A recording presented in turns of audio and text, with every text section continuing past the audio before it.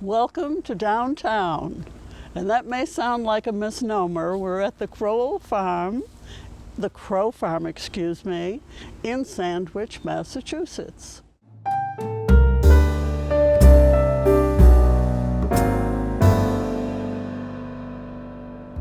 And welcome to you, Paul, for letting us come here and do a story with you. I'm glad you could make it. It's been wonderful. Well, we did plan it for planting time, and just goes to show there are many things happening that we have no control over. It's true, yeah. Yeah. We're Very used to good. that on the farm. There's a lot of things we can't control, and you try to deal with what you can. And I think we're all getting more used to Yes, definitely. this. So tell us what's happening at Crow Farm. Well, for the past 60 or 70 years, we've been mostly a retail-oriented farm. We, grew all the different crops and retailed them at the stand. And last year, we decided to change that a little bit and get more into to wholesale sales, and also that would allow us to put some time into the new orchards we've been growing, with the ultimate goal of being almost totally pick your own apples and pumpkins. Wow, so this hasn't really been a great surprise for you with the virus and cutting back, and if you were planning to do this. We were planning to do a lot of Wow, it. The virus accelerated a couple of things, Sure. but it was a plan we had already made last year. And we were going to be open for the spring and sell the bedding plants and everything like we always did, and then close the stand around 4th of July, Oh, and then stay closed until sometime in September, whenever the apples were ready, and then reopen for weekends to do the pick your own apples and pumpkins. And we were planning on having the farm stand open on those weekends too, to sell jellies and cranberries and a few other picked apples in case people don't want to pick their own apples or didn't have time. That was the plan. The coronavirus changed the plan to the extent of the greenhouses. We still grew all the bedding plants, that's just like normal, and we wound up not opening the stand. The women that work at the stand weren't, comfortable. sure. And I totally agree with them and understand. At that time, it was, everything was new, and we were apprehensive. I was apprehensive. I didn't want to be down there Sure. either. It's a scary time for everyone. It was, yeah, and it still is. But Sure. But we had several other businesses that we had always wholesaled the bedding plants to. Morrison's Home and Garden in Plymouth, Crocker Nursery in Brewster, but mostly Scenic Roots in East Sandwich. Very good. We've been doing business with them since Walter Morrison, who now owns Morrison's Home and Gardens, he used to own Scenic Roots. It was Sandwich Agway at the time. And we've been doing business with him, and after he sold the business to the Catils, them for 40 years, ever since I was out of college. And So you're all working together for the common good. yeah, I mean, the Excellent. people we always did business with, all kind of, I won't say they stepped up, but I mean, the business was good. The spring business was very good. It's a big demand for that Wonderful. sort of product. And That's wonderful to hear, since so many others are saying the opposite. I feel so bad for the restaurant people. Are just getting Yeah. hammered. It's horrible. But Donna, especially, was able to, at Scenic Roots, was able to take advantage of us not being open. We're only a mile away, so Excellent. Our customers, after they found out what was going on, it was just a mile down the road. A lot of them drove by it to get to us anyway, so it worked out really well for everybody. Everybody was busy. We were still able to grow the plants and just focus on growing things. Great. and it allowed us to, I feel, do a better job, and let the, kind of separating things between growing and selling, and both things take a lot of time and effort, and me being able to focus just on growing allowed me to do a better job. And I know that my product was still being sold, not only very locally, but also to these other two places. And even though we're down on rain for the season, has it been a good growing season? Yeah, everything that we're growing, I mean, we've always irrigated. We're irrigating a lot more this year. But because of the other changes to the all the crops that we're not growing this year, like we're not growing corn, Oh, okay. there's 10 acres that I'm not irrigating. Sure. So it's a lot less than usual. I haven't looked at the electric bill yet to see exactly how different it is, but it's we wound up the crops that we're wholesaling are like the peaches, which I have had to water this year, which I've never watered peaches before. Yeah. The squash and tomatoes and kale and Swiss chard, we always irrigate them, but we irrigate them with drip tape. It's basically long tubes with little holes in them. Okay. That goes under the mulching plastic, and so the water just goes right to the root zone. We do that out of my aunt's house.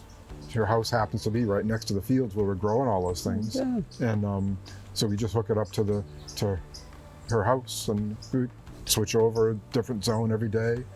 And Yankee ingenuity. yeah, well, that's a done thing now. It's a really Very it saves good. a lot of water, and it gets the Sure. plants. It doesn't get the plants wet, so there's less diseases. And the water, you can put exactly what you want.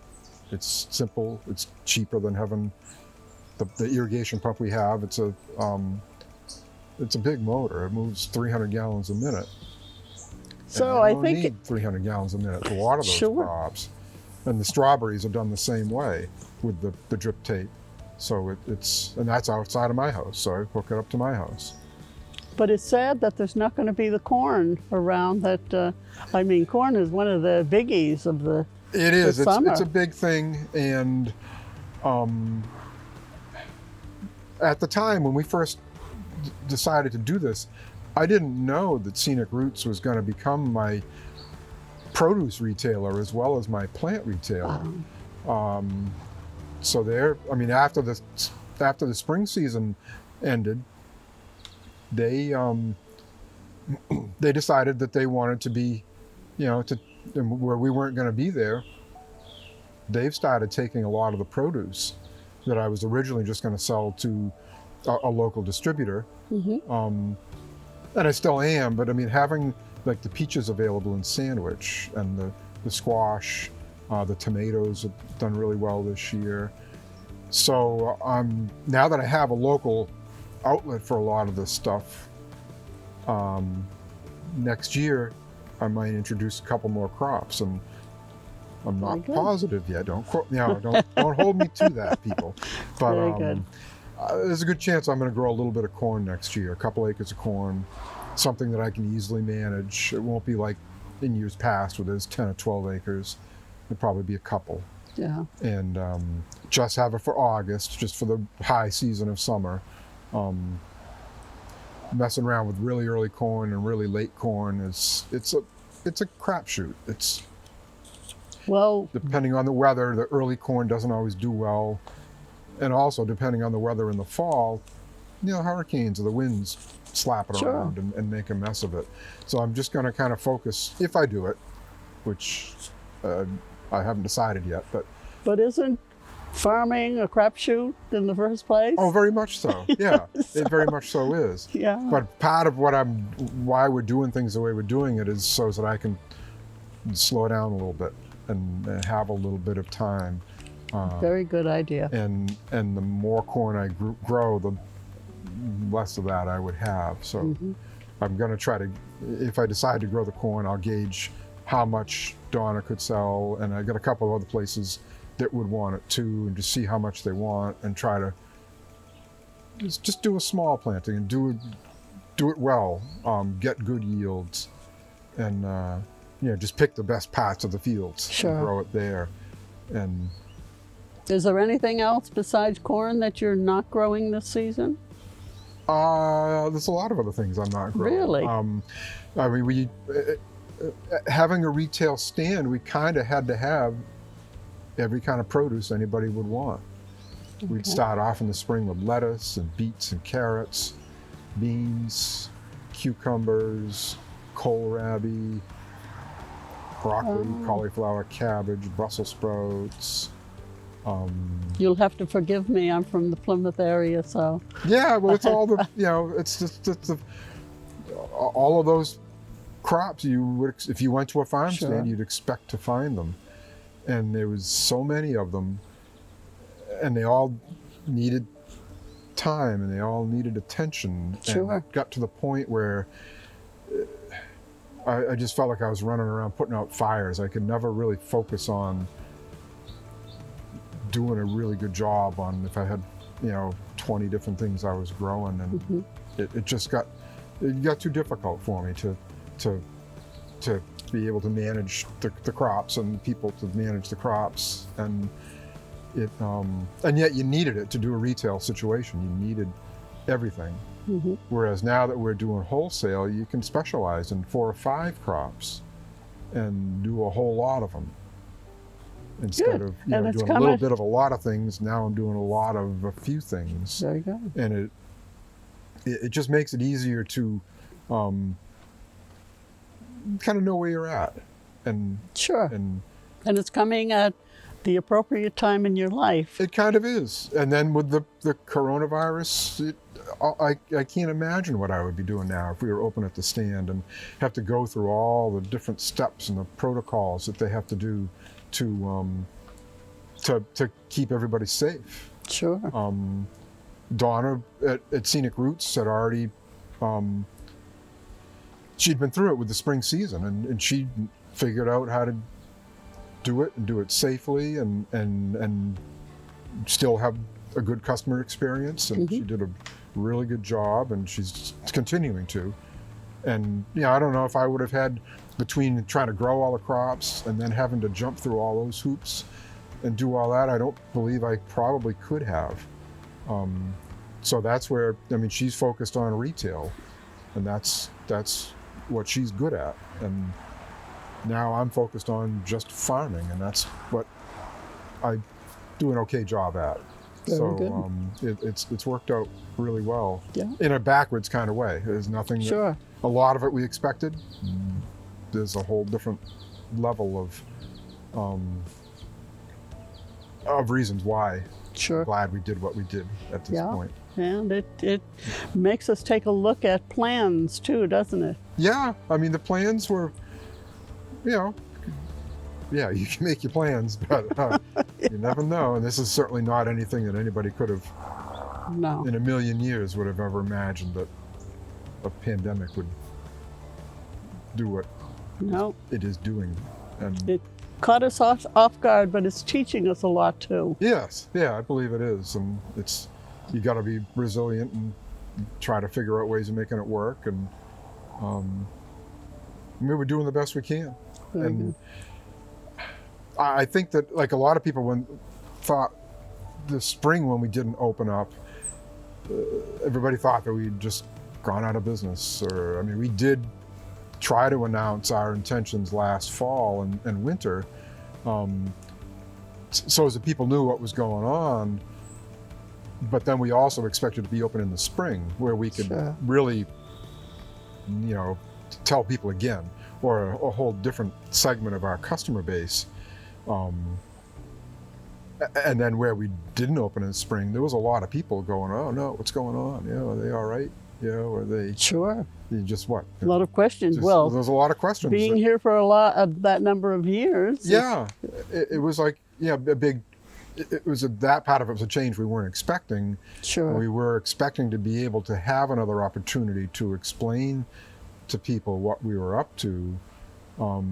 I think the word is getting out. There's a lot of people that are not from the area, a lot of tourists that Sure. come to expect to, go get corn at Crow Farm, and they pull in. You and are there's nobody on there. 6A, and Yeah. 6A is where most people come. Yeah, so it was, a lot of people didn't know what was going on, and so I think the word's getting out. It takes time, and a lot of different outlets. You can't, we did a lot of stuff on Facebook and through the Chamber of Commerce, and this will help.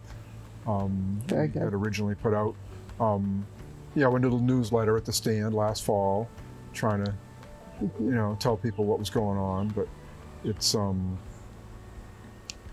it So- takes a long time to get information like that out, course. and to have people realize that everything is fine here. Everything is Yeah. good. It's And pretty of much going course, according to plan.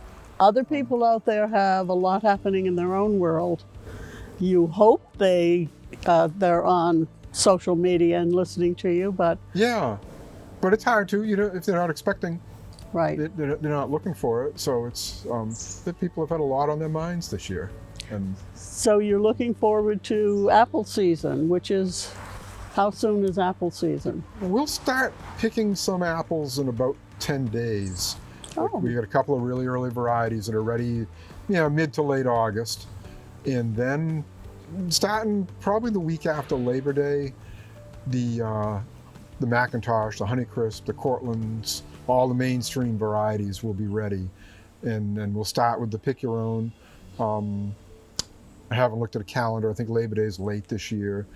So probably, depending on the weather too, either the week after Labor Day or the week after that. People don't like picking apples when it's 90 degrees out. It's just not. No, but what this is you'd a think different. of. This is a different time also, and I think people with children would be happy to get out into the air. Yeah, I think that's true. We noticed that this spring with the strawberries. We were expecting to sell the strawberries at the tail end of the ornamental season. And when we didn't open the stand, we were like, we got to do something with all these strawberries. And Sure. so we wound up opening up for Pick Your Own strawberries. And this was back when, kids should have been in school. It was Yeah. in June. And people home with their kids, and they didn't have anything to do with them. Very good. So It's great that it worked it for worked you. out well. It was very well received. People behaved themselves as far as like wearing a mask and trying to. It's a small planting of strawberries. It was, difficult to totally keep 6 feet apart, especially with little kids scurrying Sure. around. But it worked out well. I believe everybody felt safe. And it was a learning experience for us to figure out how to do the Pick Your Own apples. We won't be able to offer the hay rides this year because there's no way you could space Yeah. people out on a trailer enough to be worth driving the trailer. Sure. So we're probably people are gonna be walking up to the orchard. One of the orchards, I think we might have the people park up in it or closer to it, especially where the pumpkins are. Yeah. The people will walk a little ways with a bag of apples, but But people pumpkins- don't want to walk a half a mile with a 40-pound pumpkin. So I think we're going to have, be able to set up some parking up in one of those fields, and switch that up a little bit. It could work out for the better anyway. And the trailer rides, it's unfortunate. The trailer ride's a big part of Pick Your Own Apples. Sure. Something that people really like that. It's the experience. It's an yeah. experience, and it's a nice ride. It's up in the orchard, especially the one where all the really mature trees are now. I mean, you can see the ocean up there. People would go up there just for the ride, Nice. even if they didn't want to pick apples. I don't encourage that, but but it's nice up there. It's a nice ride. So as far as the apples go this year, I mean, we're not sure what school's going to be like. Right. If the schools don't open and it's like it was this spring, we might do something different during the week, have some smaller events, and spread it out more over the week. Otherwise, it'll be like it always is on the weekends, and we'll just have to work hard to keep people separated. And it's easier to separate people in a 4-acre apple orchard than it is in a 1/4-acre strawberry patch. Sure. So, it's going to be extra work, extra logistics, and the Mass Department of Agriculture, they have some protocols that they want us to follow, and advice on how to run it. Sure. And so we're going to be following the guidelines and keeping everybody separate and safe, and still offering them something to do, and some delicious apples. Absolutely. It's a good activity. People like to do it, and it can be done safely and still fun. And in the fresh air. Yeah, and being outdoors. Yeah. Mhm. Well, your father is an icon in Sandwich. How is he doing? He's doing well. Yeah, he's holding up. He just turned 96 the other day. Oh, bless his heart. And, Very good. He's still doing all right. Yeah. He's not involved in the day-to-day farm anymore, but he still loves to get his reports and hear about what's going on. And he's Very good. when I first told him about what I had proposed to do, he it might not have been something that he would have done. On the other hand, he understands why I'm doing it and that it can work.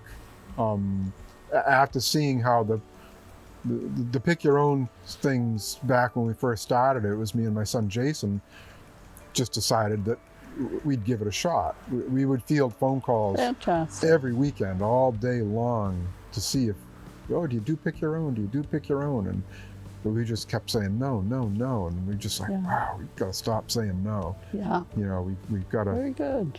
Something And that we therefore, should the be learning doing. experience, there's always something new to follow up with. Yeah, and it's something that, pick your own apples is I was probably the last guy in the state to get involved in it. Yeah. So it's got a good track record of people liking it.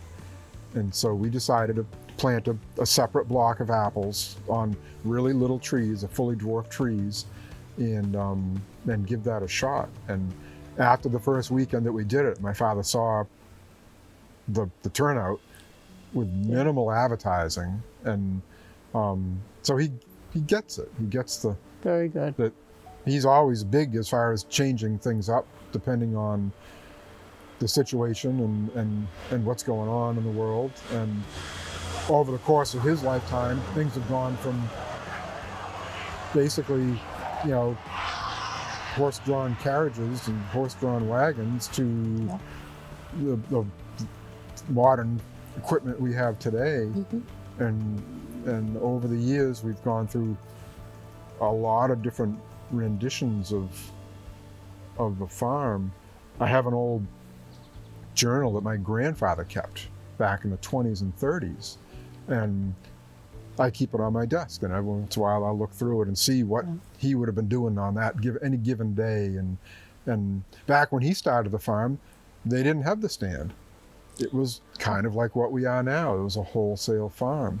Wow. And during the So it's Depression, doing a turnaround. it was kind of going back to the future. It was like back then, that's what he did. They had a small dairy, they raised pigs, they raised chickens, and all kinds of different crops. And they would wholesale, the produce would go to Boston on the train, I guess.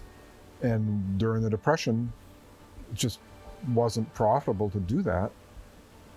And so they started the stand, Sure. which people think has been there forever. Yeah. It's been there for a long time, but it isn't how the farm started. And I referred to it before. It is Yankee ingenuity, going with the flow. Yeah, doing what you, Sure. seeing options and figuring out what would work best for you. He did, in the 30s, he switched over to do that. And then during World War II, when it was hard to get help, they had a small dairy, back when you could have a 4-cow dairy. And they'd peddle the milk to their neighbors or whatever. Yeah. And it got to be, cows take a lot of labor, but chickens don't really. Yeah. 1 or 2 guys can take care of a lot of chickens. So they got rid of the dairy, Yeah. got busy with the chickens. And they had, chickens for eggs and meat. And they did that right up until, I can remember when we had chickens. Yeah. And I always hated the chickens. And we had thousands of them. Literally thousands of them. And my father never really liked him either. Really? So he, when my grandfather passed away, my father was okay. That's the end of the chickens. We're going to get rid of that. And we always had one greenhouse with greenhouse tomatoes in it, and they did good. It was a good crop, but it took a long time. You had to plant them in January and didn't start picking them until June. Yeah. And one year, Walter Morrison, who owns Morrison's Home and Garden and used to own Sandwich Agway, was having trouble getting bedding plants. And so he approached my father and was like, Wow. get rid of the greenhouse tomatoes and start growing marigolds instead. And I guarantee you, it'll be easier and more profitable. You'll be in and out in 2 months instead of 5. And my father did it, and he found it. Maury was right. It was, so that was another big change in the early 70s, mid 70s. Sure. It sounds like your father had an open mind. Oh, very much so. And now you're teaching him. Absolutely.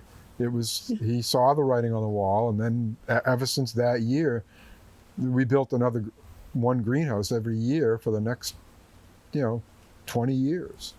We started with one, we have 15 now, so it's not really 20 years, but it's, that's it's all right. I'm not every counting. year it was like, okay, we need to do more and more and more.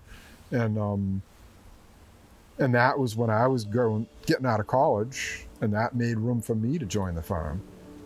So we kind of, whenever there was a need, there was always a way of filling that need.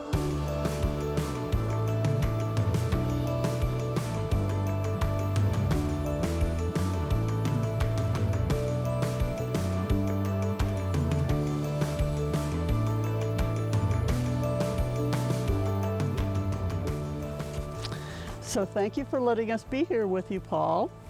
It's been wonderful hearing about the farm and that it's progressing still, even though so many other things are slowing down.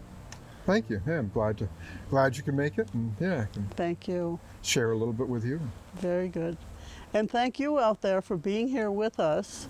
We hope you'll come to picking season, apples and pumpkins, at the Crow Farm in Sandwich, Massachusetts. Thank you, and we hope to see you again real soon on Downtown.